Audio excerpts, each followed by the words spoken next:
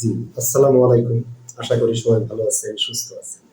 আমিও আল্লাহর রহমতে ভালো আছি, সুস্থ আছি।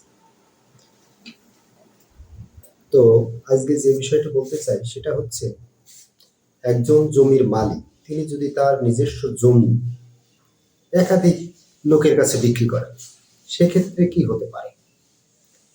এক্ষেত্রে অনেকের কাছে যদি জমিটা বিক্রি করেন, তাহলে প্রথমে বৈধভাবে যে লোকটা জমিটা ক্রয় করেছে তিনি হবেন জমির আসল মালিক।